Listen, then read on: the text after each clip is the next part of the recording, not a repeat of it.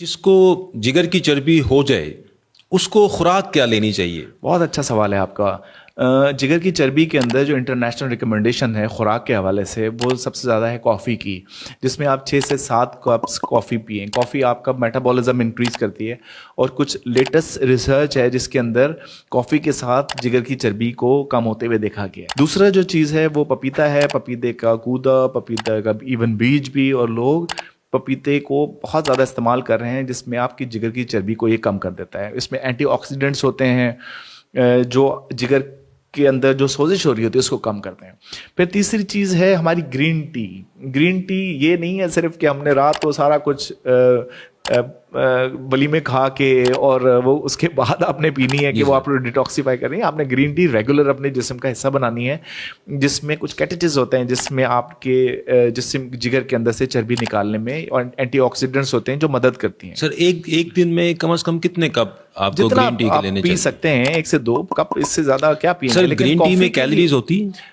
Green tea के अंदर अगर मीठा डाल लेंगे तो फिर उसका फ़ायदा नहीं है। You need to be avoiding that thing, और आपने उसमें बहुत मीठा बिल्कुल ना डालें। बाकी आर्टिफिशियल स्वीटनर्स वगैरह वो अगर आप डालना चाहते हैं तो वो आप ले सकते हैं। बीट जूस, जिसको हम चुकंदर का जूस भी कहते हैं, ये बहुत अमेजिंग चीज़ है जिसमें फाइबर होता है, एंटीऑक्सीडेंट्स होते हैं, आयरन होता है, विटामिन B6 होता है।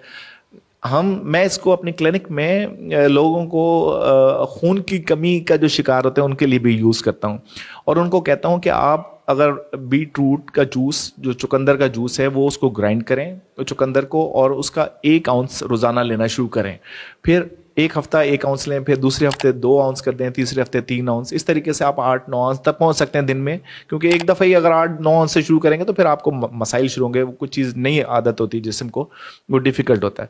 लेकिन अगर आप ये चुकंदर का जूस पीना शुरू करेंगे, इसके साथ में आपके आयरन की कमी और दूसरी कमियां भी दूर होंगी और आपके प्रॉब्लम्स ठीक हो जाएंगे।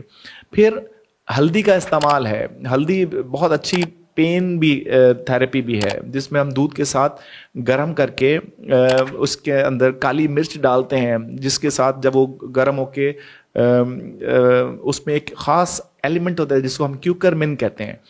काली मिर्च के बगैर हल्दी नहीं खाना। काली मिर्च अगर डल गई हल्दी को, वो एक्टिवेट कर देती है, और उसके साथ में जिस्म के दर्द, हड्डियों के दर्द, कमर के दर्द, इवन हल्दी जो है वो हमारे जो IBD के पेशेंट्स होते हैं, जो अल्सरेटिव कोलाइटिस के पेशेंट्स होते हैं, उनके अंदर भी बहुत कारगर है, उसमें रिसर्च है। इसी तरीके से जिगर की चर्बी के लिए भी बहुत अच्छा कारगर चीज़ है जिसमें आप इसको इस्तेमाल कर सकते हैं। फिर आपका हाइड्रेशन, पानी का इस्तेमाल बहुत करना है। पानी जो है ना वो कम नहीं पीना। अगर आपने पानी के 12 से 16 गिलास दिन में पी लेते हैं तो आपका जो यूरिक एसिड जिसमें में जमा हो रहा है, जिसकी वजह से आपके गुर्दों में पथरियां बन रही हैं, क्योंकि अक्सर जो जिगर की चर्बी के साथ मरीज आते हैं वो पथरियों का शिकार होता है, जिसमें जिगर के चर्बी की वजह से, यूरिक एसिड की ज़्यादती की वजह से पथरियां बन जाती हैं, तो वो उसमें भी हमें मददगार साबित होता है। फिर ग्रीन वेजिटेबल्स का इस्तेमाल, हरी सब्जियां, ताज़ी सब्जियां, पालक, साग, ये बहुत अच्छा है। ये आपको इसको बिल्कुल इस्तेमाल करनी चाहिए। नॉर्मली हम खाने में ये चीज़ें नहीं खाते। फिर आपने अवॉइड करना है जंक फूड को, कि जितने भी जंक फूड होते हैं ये आप अवॉइड करें। आप उसमें आपका क्या होता है कि आपके burgers, I don't want to take names, लेकिन ज़ुबैर एक मैं इंटरेस्टिंग बात यहाँ पे करना चाहता हूँ। मेरी फैमिली में मेरे फादर ने, he was a great man, वो बहुत अच्छी बात करते थे। जब हम कहते थे घर में आज क्या पक्का है, तो वो कहते थे खाना पक्का है तो खाना है। ठीक है, ठीक है। तो वो खाना ज़रूर जो है, जो पकता था वही खाता था। आज के बच्चे को हम वो टेस्ट ही नहीं डेवलप कर पा रहे हैं। सर वो खाना आप अब तो लोगों ने घर में जो घर का खाना वो तो छोड़ ही दिया है, मार्केट से वो टेस्ट ही नहीं डेवलप कर पा रहे हैं।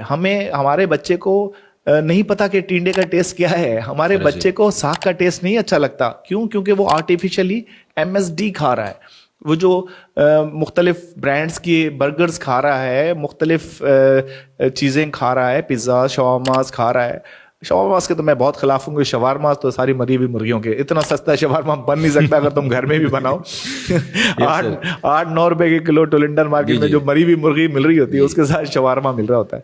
तो बहरहाल मैसेज यही है कि घर का पक्का साफ खाना, उबला हुआ पानी इस्तेमाल करें, फ्रेश जूसेस, फ्रेश सब्जियां इस्तेमाल करें, पानी का ज़्यादा इस्तेमाल करें, रोज़ का रोज़ा, सोते का रोज़ा रखें और एक्सरसाइज करते रहें।